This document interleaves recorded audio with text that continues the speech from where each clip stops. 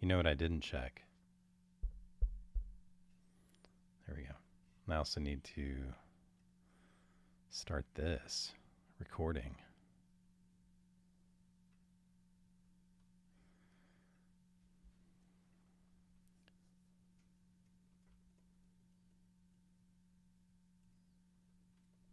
There we go. All right, so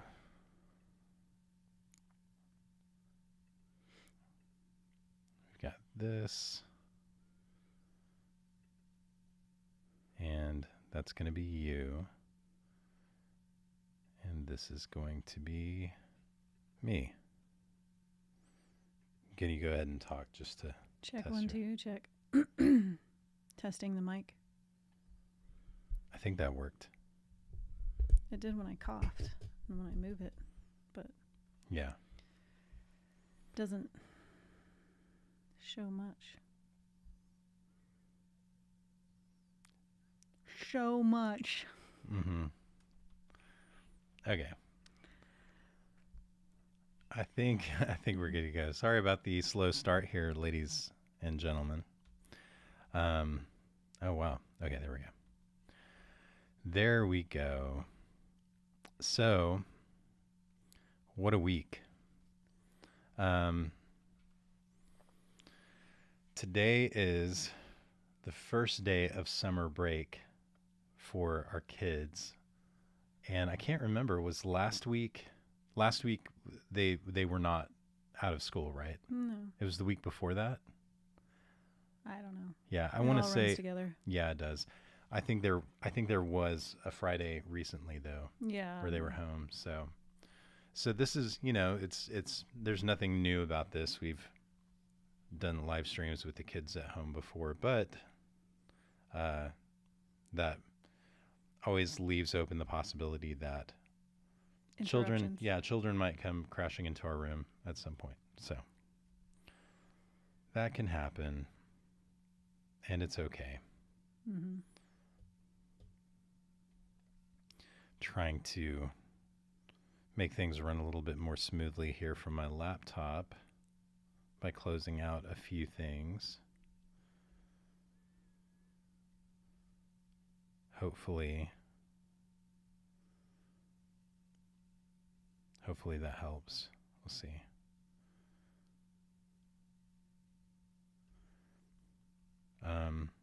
Yeah, so they're home and we're about to go into summer mode, which is exciting.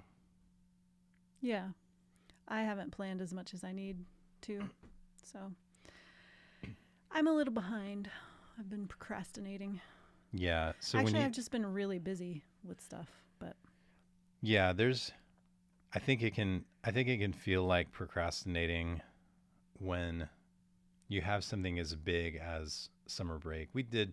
I guess the way I think about it is like we know that summer is coming. We know that summer is coming. Yeah. And we know that it's going to require a lot of planning and preparation. And I think it wasn't as much of a procrastination, I think, as it was like we kind of forgot to make summer planning a part of our schedule. I mean, somewhat. I think for me, I've been playing catch up with a lot of, so like I was thinking actually on my run this morning, last year was a little bit of a lost year for creating things because we had so many disasters happen. And so it feels like I'm playing catch up this year to be on schedule with things. So I think that's been more of my deal. It's not that I've like forgotten or that I've procrastinated. It's that I just don't have the time. Yeah. So that's been frustrating to me, but I've been really hard on myself for it too. And when I was running, I was like, man, we had the snowstorm. I had COVID. Then the flooding in our house. Like who is going to be hard on themselves for not being on schedule after all of those things, Right. Me. Yeah, but you. Mm-hmm. So Yeah. Yeah, there's a lot of stuff that I'm wanting to do with my YouTube channel and with my personal platform that I just haven't even gotten started on yet. And if I'm being honest, part of that is because of some bad habits. But bad those habits lead to late nights, spending alone, that's a conversations with a stranger I barely know. that sounds like a cool you could like turn that into a poem or a song or something. Um I love Ed Sheeran. So yeah. Yeah, so but some of those bad habits I developed because they were coping mechanisms for some of the some of the stuff that we went through yeah, last year and some of the stuff that's still going on. So it's like uh life it's all a dumpster fire, right? life has been pretty relentless. Um Yeah. but I still feel hopeful that we'll keep making progress. So I'm thinking this weekend, we'll have a big family meeting, and Yeah.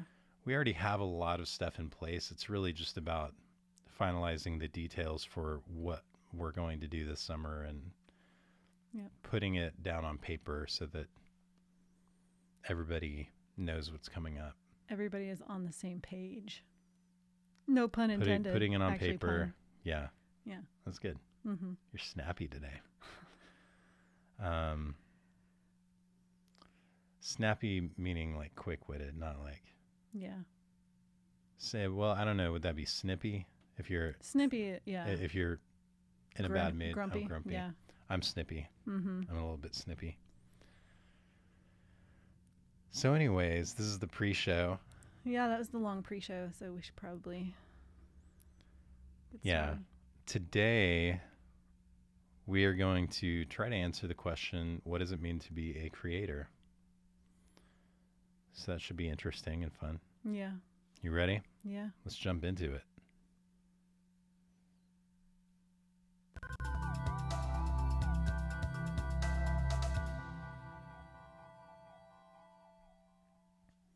All right, here we are. I'm not sure. I because I muted the thing, but I was like watching our streaming thing. I'm not sure if the music for our intro actually played in the stream, so that awkward silence. it just threw me off for a second, Okay. and then I was like, well, I guess I have to talk about it. So I'm gonna go ahead and start the show now. Okay. Welcome to In the Boat with Ben and Rachel. My name is Ben. And I'm Rachel. And this show is all about trying to find a balance between creativity and life. And Rachel and I just speak from our perspective and our experience about how we try to figure those things out. And in hopes that this is encouraging and motivating for you on your creative journey. But what does that mean? What is a creative journey? I mean, it's so hard to define.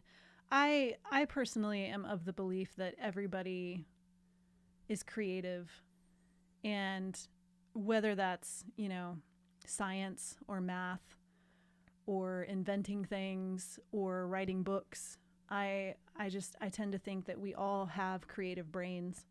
So I guess that would be to say we are all creators. That's an interesting take. So in this episode, we're going to try to get into that question. What does it mean to be a creator? And I don't know that our goal with the episode is to provide a satisfying answer. What I'm noticing is that the word creator is used, It's used a lot. Mm-hmm. The company that I work for has used that word a lot to describe its target audience. This podcast uses that word to describe our target audience, and it's being used a lot more in advertising and marketing. I've seen the word creator economy, or the phrase creator economy thrown around a lot, talking about kind of the shift from the more traditional career path to a creator based work path. And so I guess really it's kind of like our attempt to discuss those things and wrap our minds around it a little bit and try to understand it in a way that makes it a little bit more meaningful when we use the word creator. So I think if anything, that's our goal, is to make it feel a little bit less ambiguous, and I think in some ways more inclusive. So let's get into it. Okay. So give me your answer to that question again, but I'm going to phrase it a different way. So I I started out asking what does the creative journey even mean? But in your words, and then I'll take my turn and try to answer the question, but in your words, what do you think the word creator means or is attempting to describe? Uh, Those are really two different questions. So like what do you think it yeah. means and what do you think it's attempting to describe? Well, I think it's such a hard question. I guess I haven't been in the circles where it's used as much as you have. So I tend to rely on my own definition. And to me, I guess it takes a more literal connotation where I would say a creator is probably somebody who is consistently using their creativity to produce something new that, is not into the world out in the world right now. So obviously there would be parameters for that, and I would probably err on the side of a little bit of snobbishness maybe when it comes to it, because I don't tend to see, and I don't want to offend anybody, but posting what the example you gave, posting dog videos on TikTok, I don't tend to see that as using your creativity quite as much as just, posting about daily life. But I think those things can become something creative if it's different and more intentional, I guess, and not as much accidental, if that makes sense. Yeah, can you I think I get what you're saying, but can you describe the difference between intentionality and accidental Yeah. So, creativity? I have a whole series of parenting humor books where I would, I take these daily life things that would happen to us. And because they were so difficult, I felt like I needed to turn them into humorous stories to help me like process through those things. So in that way, I feel like they were accidental things that would happen because they were like, kids are unpredictable. You never know what they're going to do. But you can use your creativity to turn those into new things that don't exist yet. So, and I'm thinking like things that we post on social media, when it's like if I just post a video from my child, singing a song, but then the creativity comes in where what are you going to write in your post that is a little bit different than what exists out there? So it's not as much accidental as it is intentional, producing this thing of joy in the world. I don't know. I sound kind of like a snob when I Well, and define it this way. I get I think I understand what you're saying though, where it's ev- just about everybody has some kind of social media account, and most most of what you see on social media is a form of documentation. It's a form of like micro documentation or micro blogging. People are sharing just, snapshots of their life. They're sharing their thoughts and ideas. Some of them sharing their fears and concerns, their outrage. And there is it when you look at that, um, that doesn't seem like, oh, that's not somebody being a creator. That's just, like people doing what they do with the tool that they have, which is social media. This is a communication tool, a way for them to share their life with other Mm. people. and and so it doesn't feel like it crosses that threshold into being a creative act. Yeah, a more intentional creative act. Where and maybe it's different because I'm a writer, but like I'm hardly ever on those places, but when I am, I write and revise what I post, to make sure that it has the intention that I want it to have. And I'm not saying that I do that perfectly or whatever, but I don't know. I think for me that's kind of the difference between intentional and accidental is, and it's not even necessarily accidental, maybe just kind of, I share my meal that I had today or whatever. Right. So Yeah. you're going to have to delete all this because I don't No, know if I think sound it's like no, I think it's good because I think where ultimately it's going to lead us, just as I'm thinking about it and how I would respond to that, I think is a place that you'd probably agree with me. Um, and I think it lands where I kind of would hope for it to land, where a person who a person who would normally not think of themselves as a creator, who would normally count themselves out, has a path to seeing themselves that way. Um, I personally feel like that's important. Well, and what I had said before too is that I believe we all have creative brains Mm-hmm. and that we Yeah. are all creators in some capacity, and that, it doesn't have anything to do with necessarily social media, but just the things that we do in our life, even, the jobs that we work. We all use creative brains for that. The the ways that we parent and all of the like you and I are constantly using our creativity to figure out Yeah. how To solve to problems to and solve problems yeah. and get kids motivated and those kinds of things. And so I feel very passionately about this because I think what tends to happen is when we're really young, our creativity is celebrated.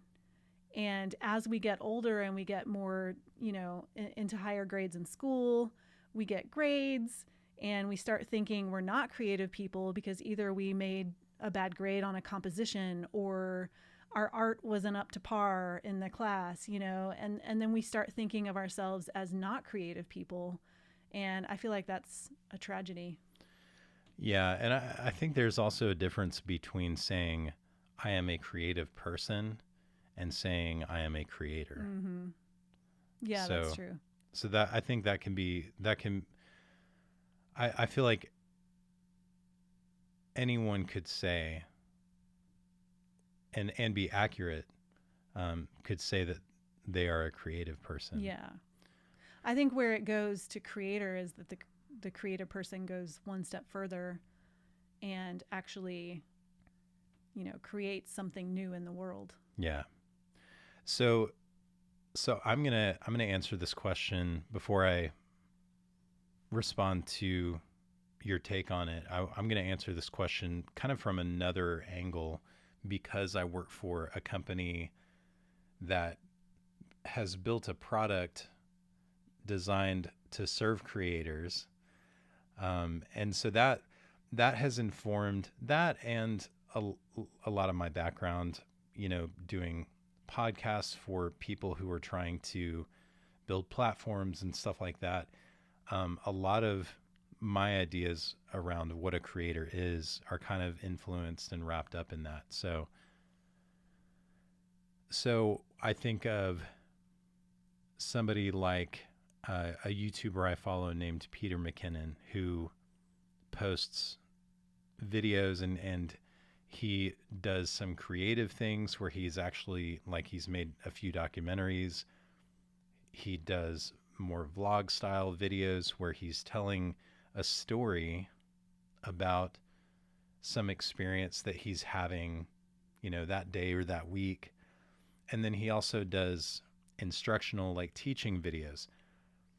I feel like, I mean, he does all of those things, but even if he did any one of those things, I consider that to be a creator. But I also think of, and that, that's taking, he's a filmmaker, so he's taking something artistic.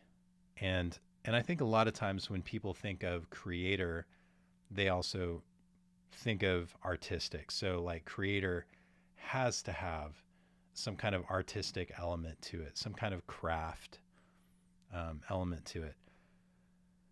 So I push back on that idea because I think of the person who's really great at spreadsheets Mhm.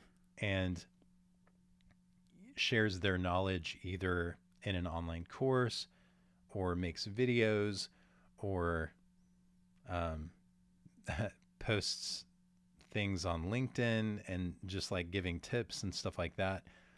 And that person to me is also a creator because they're taking something inside of them that they've learned, that they are passionate or that they're passionate about, and turning it into something that other people can enjoy or consume or learn from in some way. Yeah, that's a good definition. And I think I feel like that's kind of the, so when you talk about intentionality, I immediately thought of the word process. And I want to get to that, but I think there's also kind of in the way that I'm describing it, there's this idea of taking something that's internal and purposefully shaping it into something that other people can internalize for themselves.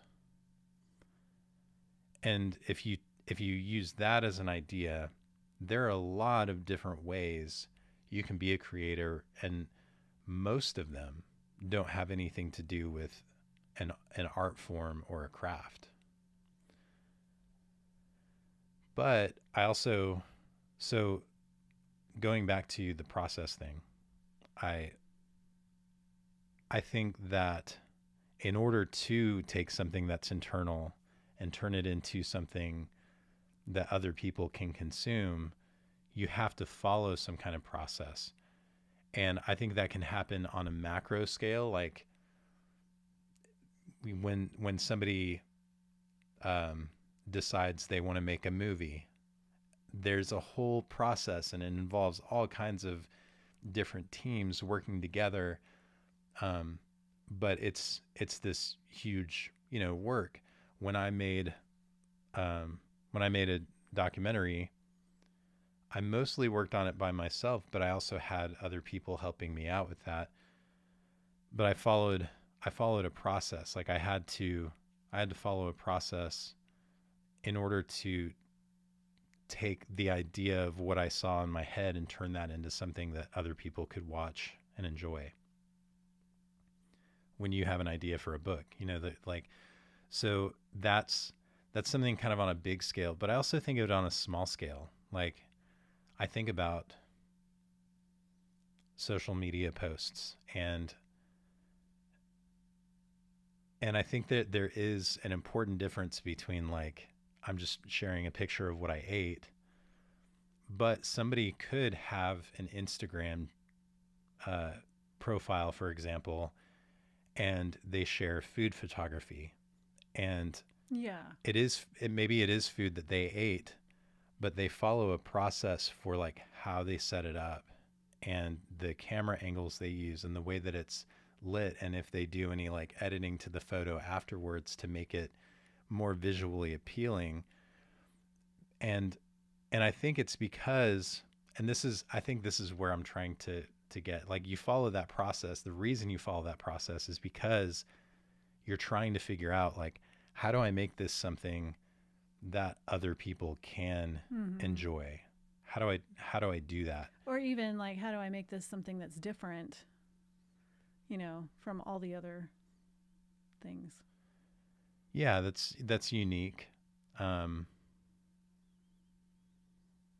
Yeah, so I think you can have that kind of intentionality, even posting pictures of your pets. Like, I think it's possible to call yourself a creator when you're doing that kind of thing. And then there's the whole monetization piece, and that's where, like, the idea of creator economy comes in. It's like some people are creators with no intention of, like, actually turning that into an income.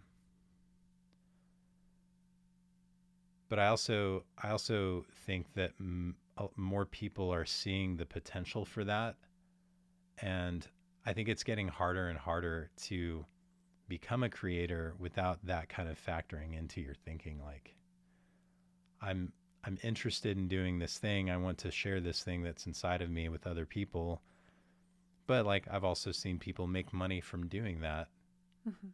And, so What about me? yeah, that's kind of interesting. Like, how do you think that influences how people create? I think it can muddy the waters sometimes because, I mean, you and I were just talking today about how I would, do marketing things that people told me I should do. And, and even, I've been advised to write certain stories that are more commercial because they would sell better. But I think when it doesn't quite, align with your values and your desires and those kinds of things, you really have to be careful about, getting into all of that. So I tend to be one of the, maybe it's because I'm a writer and writers don't make a lot of money, but I tend to be one of those people who says, I will continue doing this no matter what. I would find some way to continue doing it, even if there was no monetary value attached to it. Yeah. Yeah, I think, and I think what's true for a lot of people is that it can it can feel like, if you're going to spend time on something, it has to eventually become something that is, like, worth the time that you're spending on it. And I don't know if it's more of just like a Western thing, like a more kind of capitalism Yeah. based mindset, but it's difficult for me when I think about other ways that I might want to be creative. It's difficult for me to consider doing those things without that question popping into my head, like, well, if you're going to spend time doing that, how are you going to make money doing it? Well, and there is a limitation on how much time you have, and there are requirements, especially when you have a family and children, and Yeah. that you do have to put food on the table, and so there are considerations that have to be made about where your time goes. So that's definitely something that I've thought about every now and then, when it's been the famine times, which seem to be more than the feast times. Yeah.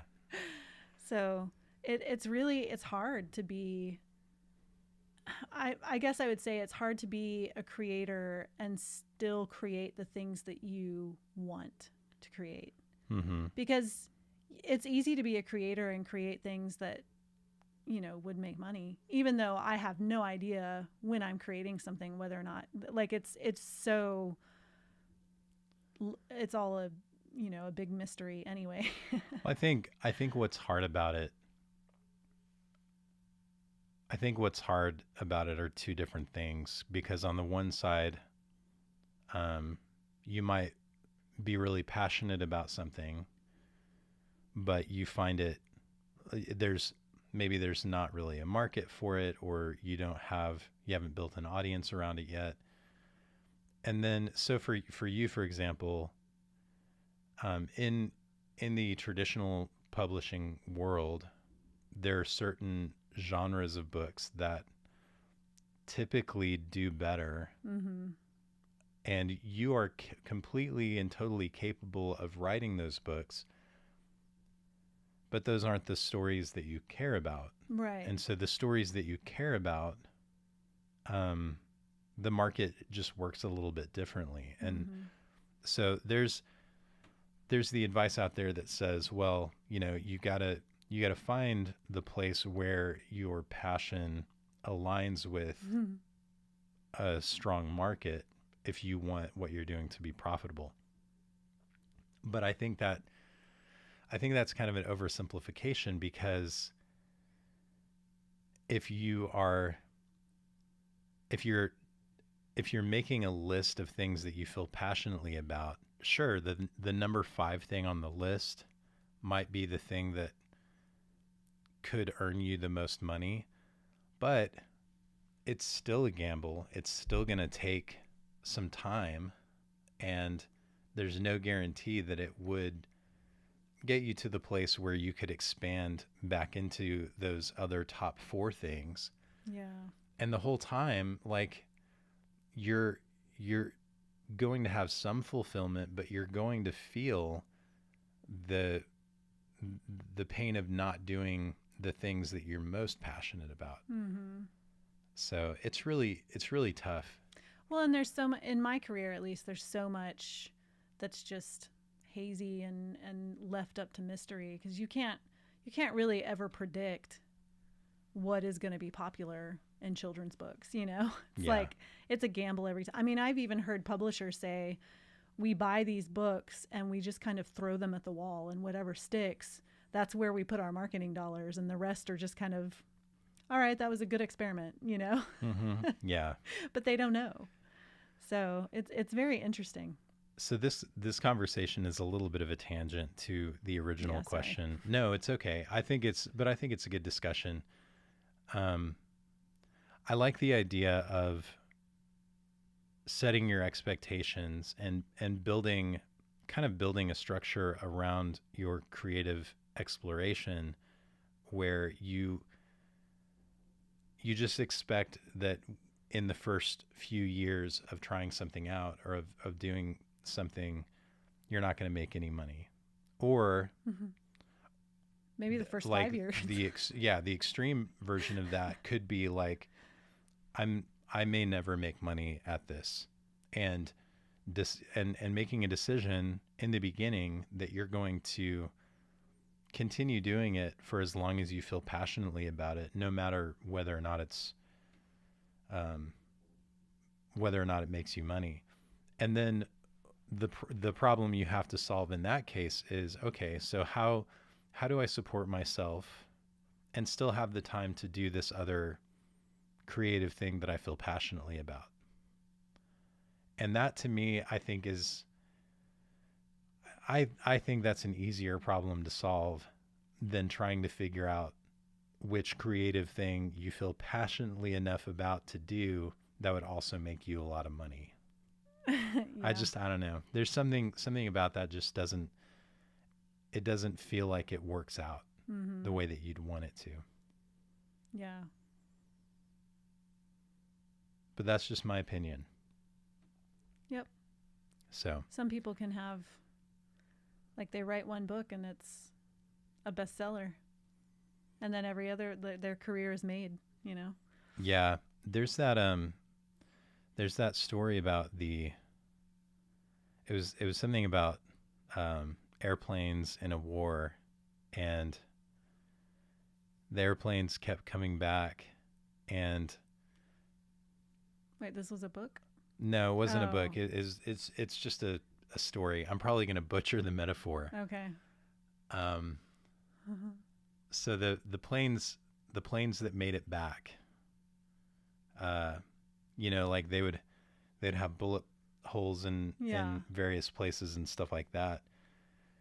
And And at first, I'm probably getting this wrong, but at first they would say, "Oh, we need to, like, where the bullet holes are, we need to reinforce those places."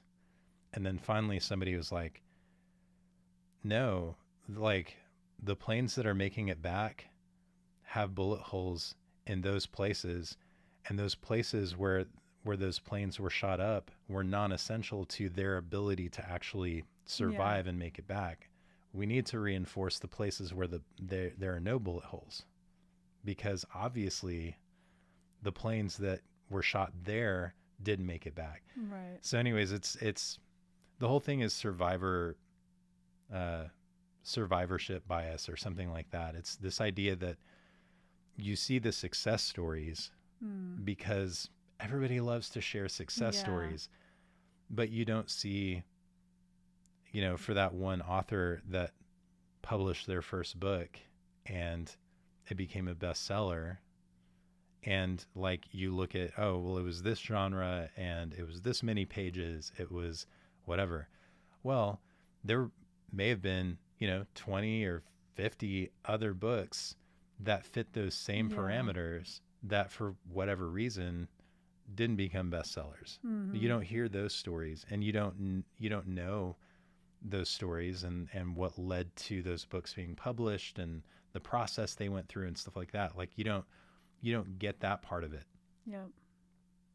So I think when it comes to, and that's a comparison thing. It's like, it's easy to look at that success story and think, I mean, why shouldn't it be that easy? Yeah. But it is really just an incomplete story. Being a creator is really difficult. Yeah. So back to the question though. So I think you and I are on the same page as far as, because where you say intentionality, I just think of things like process and what the process serves, which is wanting to produce something that other people would be able to appreciate and internalize for themselves. And I think that act is, in and of itself, it's a creative act, but I think doing that action consistently is what makes you a creator, whether it's something that you make money from or not. So I don't know. Do you feel like that fits? Yeah, I think so. Yeah. And I want to say again, I believe that most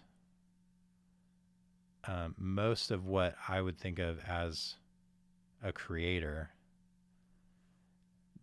isn't associated with some art form or craft necessarily. So that means if you are posting pictures of food, or you're teaching people how to use a spreadsheet, or you're teaching people how to test well on a very specific exam, like doing that, sharing that knowledge, sharing the things that bring you joy, and having a process for getting those out into the world consistently, that's what makes you a creator. Yeah. What are your thoughts? I agree. Okay. I think your definition was way better than mine, but. Well, I mean, to be fair, I work in this industry, so. Yeah. And I just work with a bunch of writers, so. You just are the embodiment of a creator. Oh yeah. Okay. No, you really are. I mean, you should see her process. Oh my gosh. Maybe I'll release a course about it. And that would make you a creator. ×2, right? That's creatorception. I don't know what that means. It was Inception, meta. Creator within a creator, kind of, yeah. I didn't like that movie, but. Oh, it's such a good movie. All right. So speaking of creating things intentionally, I wanted to give you an opportunity to talk about something that you've created recently. Oh, the writing prompts? Yeah. Oh, yeah. Yeah. So we're going to go ahead and close out this show, and part of part of the reason we do this, of course, the biggest reason is because we want to be an encouragement for creators. But another reason is because we want a place where we can share the things that we're working on. And so Rachel just put together some stuff. I helped a little bit. Yeah. Um, I don't do design, but yeah, but go ahead and talk about it. well, I released some writing prompts that we actually every summer our children are required to write every day. So whether that is a poem or a journal entry or even a short story, they actually really like doing funny short stories. I provide prompts for them to help, generate ideas and get their creative brains thinking. And so the past, I guess it's been like 4 summers, I have done that with them, and I put them all into some, I guess it's prompt collections, we would call it, that parents or teachers can use in their classrooms. And all of them are a little bit different. They are written to develop like empathy and self-reflection in children, which I feel like are really important. And they include creative writing prompts, which are like short stories. They include poetry prompts, which also sometimes introduce the kids to new poetry forms, and journal entries. So if anything, having your kid write in a journal about the way they feel is a really good thing. So those are all out. And when I helped kind of assemble all of the prompts into a PDF that you can purchase and download. So there are 3 different versions of it. One is a 10-week. Mm-hmm. The 10-week has 5-day-a-week prompts. So basically the kids could write, and Monday through Friday. Each week has its own theme, mm-hmm. which is cool. Yeah. And then there's a 6-week and a 12-week. Yeah, and the 6-week and the 12-week are like, the 12-week has the first 6 weeks mm-hmm. are the 6 weeks. So it's volume 1, which volume mm-hmm. 2 is going to be coming out. Yeah. But that one actually has, it's 10 prompts per every week, so that kids can, choose 5 to 7. If you wanted them to write every day, you would let them choose 7, but yeah, if during the week, you can just let them choose 5. And that's what I did for our kids. I gave them the 10 prompts, and they could choose 7 of them, and that way they feel like they have some agency. They don't have to write a creative writing story if they don't want to. They can just do the poetry in the journals. Yeah. So. But I always loved seeing what they came up with. And then as I was going through and actually putting the prompts together, I got to see, oh, this is, like where that idea came from. This was how they were inspired to write this poem or this story or whatever it was. And so it was really neat. I'm excited about it. So if you want to get that, you can go to racheltolson.com/write. Mm-hmm. WRITE. Yeah. I didn't forget how to spell it. I was just, so racheltolson.com/write, and you can check those out. And we're going to continue working on different kinds of writing resources for people who are interested in writing books, maybe doing self-publishing or getting into traditional publishing eventually. And I say we because Rachel's, I need a lot of help. She's gonna do all of, like, she's gonna come up with everything, and then I'm just gonna make it look pretty. Yeah. So I need help with that and the tech stuff. So all right. So that's gonna do it for us. Again, you can go to racheltolson.com/write. If you want to find me online, I'm at bentolson.com. And you can also follow the show at intheboatpodcast.com or anywhere you can listen to podcasts. It is up on Apple now. Yay! So very excited about that. So thanks for listening, and we will see you next time. See ya. Excuse me just for a second. I'm going to blow my nose. Uh-oh.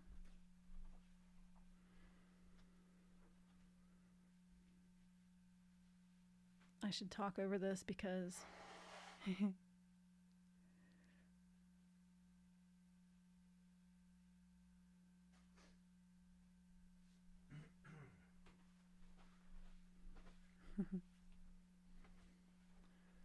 Somebody just got here a little late.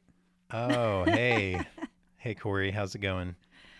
So the question on the table now is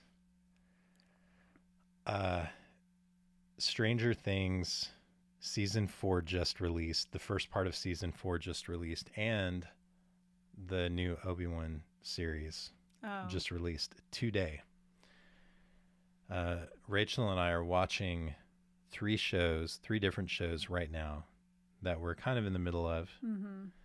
And there's kind of this rule that like we don't move on to another series or show until we finish whatever shows, like we might be 3 episodes in to one and there are like 3 more left, and once we finish that one then we can add another one. We have no more than 3 going at the same time. Yeah. And I just, I think we're probably going to have to do Stranger Things. I don't know if I'm as interested. Like, I haven't heard anything about the Obi-Wan. I'm not quite as much of a Star Wars fan as probably you are. So you would be okay with me watching that one without you? Probably. But I did, like I mentioned, I need to start watching Stranger Things, and you were like, well, you're not going to watch it without me. Yeah, you're not going to watch that one. I can't watch that one alone. So it's too scary. So my proposal was going to be, if you didn't want to interrupt the shows that we're already watching. Oh, you were going to watch both of them? Yeah. Okay. So yeah, I'm going to have to break that rule for the Obi-Wan. But if I watch the Stranger Things the new season first, and then we watch it together. That doesn't work. There was one time that you did that, and then you scared me at a scary part. I would never. Yes, you did. I would never. You did. I wouldn't. And I was so mad. I would promise not to do it. No. I would promise. I'm putting my foot down. Okay, so we're gonna watch it tonight. Probably not the whole thing. Mm. Oh my gosh, you've got to control the binge stuff. I'm having such a hard time right now, if you can't tell. I wish you would do that for books. It's like, okay. Okay. All right. If we're going to start watching it together tonight, I think I can control myself and not. Yeah. Maybe we can watch 2 episodes tonight. Well, I was thinking maybe 2, and then if we watch tomorrow, All right. There you go. Yeah, I think I can be good. Cuz they only released 5? Something like that. They released half of it, and then they're going to release the other half in July. It's for people like you. Yep. So you actually get work done when a new show comes out. Yeah, it's really bad. I think I actually like that most streaming platforms have moved to weekly releases. I think that's a lot healthier for a lot of people. Yeah. Who like me have no self-control when it comes to cliffhangers. Yeah, I can't.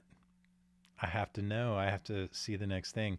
But if it's like, and I think that's the thing that's hard about Stranger Things is I know that there are, millions of people who are going to binge the whole thing in a day. Yeah. And then they're going to talk about it, and I'm going to have this like FOMO. Yeah. Well, and you don't want to hit spoilers and. Yeah, and I don't want to see any spoilers, so. That's why you just gotta get off social media. Stay off, stay off of Twitter. All right. Well, I feel a little bit better. I feel like we were able to resolve that problem. Speaking of creators. Yeah. Those shows. All right. Well, thanks again for tuning in, and we'll see you next week. All right.